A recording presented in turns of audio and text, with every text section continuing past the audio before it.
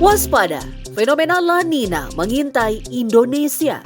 Baru-baru ini Badan Meteorologi, Klimatologi, dan Geofisika atau BMKG memperingatkan La Nina bakal berlangsung hingga awal tahun 2025. La Nina adalah fenomena yang menyebabkan suhu muka laut mengalami penurunan. Akibatnya potensi curah hujan lebih tinggi 20-40%. Bahkan disertai angin kencang dan hujan petir. Akibatnya banjir dan pohon tumbang terjadi di sejumlah daerah.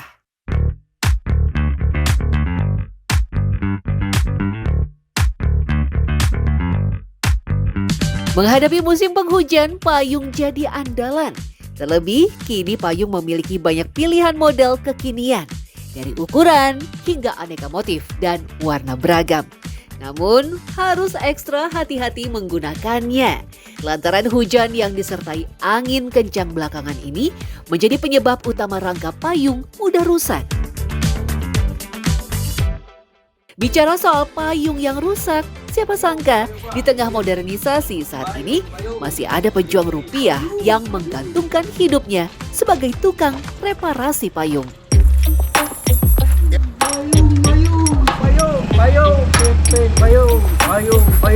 Sadi, pria asal Cirebon, Jawa Barat ini sudah 41 tahun setia menekuni profesinya sebagai tukang servis payung keliling. Panas terik dan hujan badai pun ia tempuh mencari pelanggan tanpa mengeluh.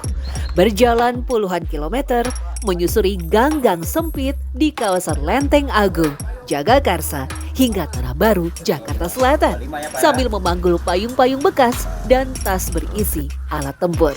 Peralatan yang dibawa pun cukup sederhana seperti tusuk gigi, benang, kawat, dan lem. Tak butuh modal besar menjadi alasan Sadi terjun dan bertahan di dunia reparasi payung.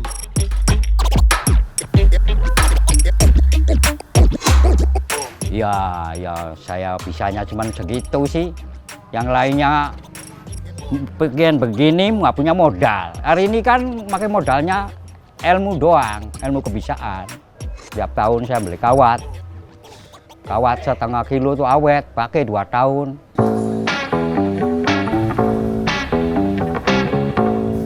Dengan tangannya yang terampil dan cekatan, hanya membutuhkan waktu 10-15 menit saja, Sadi memperbaiki segala jenis kerusakan payung. Dulunya dalam sehari Sadi bisa meraup Rp30.000 sampai Rp100.000. Namun akhir-akhir ini kerap pulang dengan tangan kosong alias nihil. Namun pria berusia 65 tahun ini tak pernah putus asa berjuang demi istri dan 4 anak tercinta di Cirebon, kampung halamannya. Salah satu pengguna jasa reparasi payung adalah Cucu. Perempuan yang tinggal di kawasan Jagakarsa, Jakarta Selatan ini mengaku menjadi pelanggan lantaran harga yang terjangkau. Selain bisa ditawar, servis payung juga mengurangi barang menumpuk di rumahnya.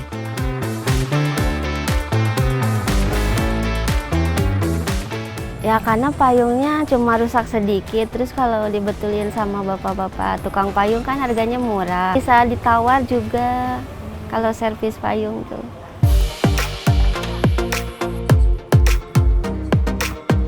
Ya, di tengah kemajuan zaman, jasa servis payung memang mulai dilupakan sebagian orang. Sadi pun memiliki sebongkah harapan kelak bisa mengubah profesinya lantaran penghasilan yang tak menentu. Ya, jadi kepengen jadi jualan ayam enak, bawa motor. Kalau modalnya ada lebih Pak, kalau modalnya nggak ada bagaimana? Ya udah begini lagi, betulin payung.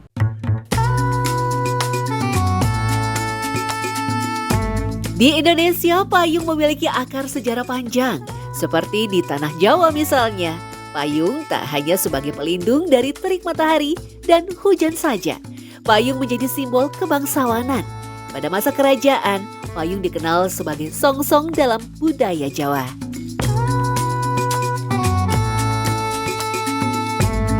Dalam tradisi keraton Nusantara, khususnya keraton Jawa, itu sampai ada buku pakem khusus, kitab pakem, jenis-jenis payung dari pangkat-pangkat tertentu.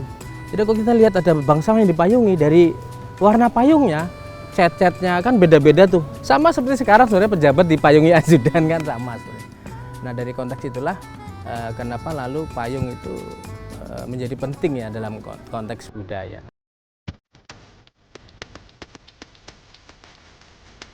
Selain menjadi simbol kekuatan, warna payung yang dibuat juga tak sembarangan. Ya, ada makna yang terkandung di dalamnya.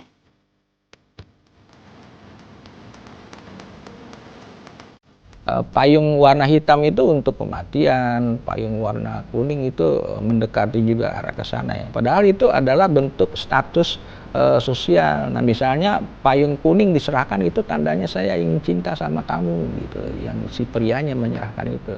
Jadi artinya love.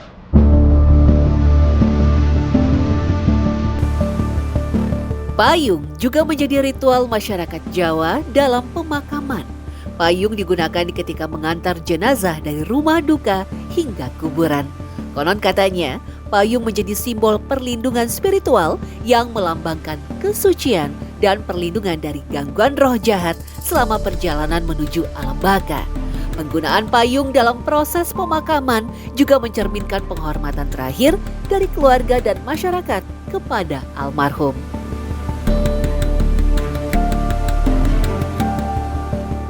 Ruh itu mulia, apalagi selama hidupnya orang itu dianggap mulia, sehingga mencapai kemuliaan sejati, artinya bersatu dengan Tuhannya, artinya mencapai ke alam keabadian dan lain sebagainya.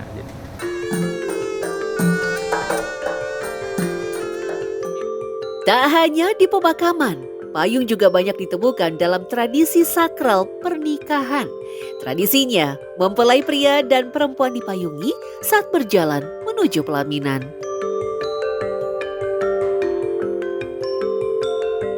Ya pengantin itu kan raja sehari. Pengantin itu pakai baju raja loh. Yang perempuan pakai baju ratu, tapi bolehnya hanya sehari, makanya disebut raja dan ratu sehari. Lalu benda-benda adat, pusaka-pusaka juga dipayungi karena dianggap sebagai sesuatu yang dimuliakan. Payung tak hanya kental dengan tradisi saja. Banyak mitos berkembang terkait payung yang masih dipercaya sebagian warga plus 62 juga warga dunia.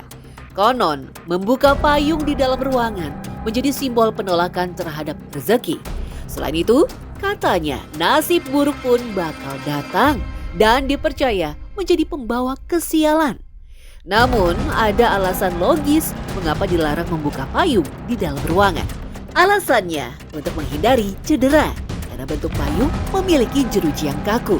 Kerja pegas yang bisa mengembang dengan cepat berbahaya. Jika terbuka tiba-tiba di ruangan kecil, khawatir akan melukai orang atau benda di sekitarnya.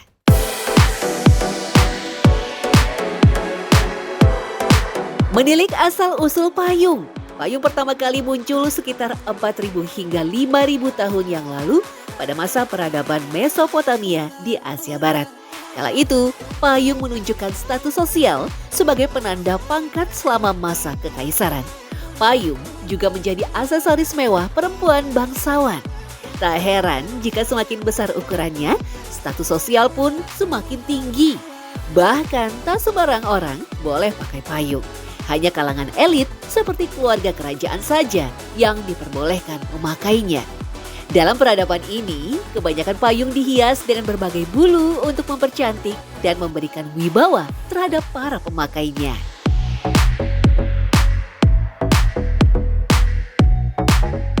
Jadi semakin gagangnya terbuat dari tulang ikan paus itu kan menunjukkan status sosial. Kan nggak semua orang bisa membeli itu. Jadi makna dari cengkokan kayunya aja itu kayu, tapi di situ dia bukan kayu, tapi gagangnya dari tulang ikan paus menunjukkan status sosial. Nah kalau yang biasa, yang pada umumnya yang kita lihat yang tadi di awal pembicaraan kita, tukang payung sudah mulai bergeser.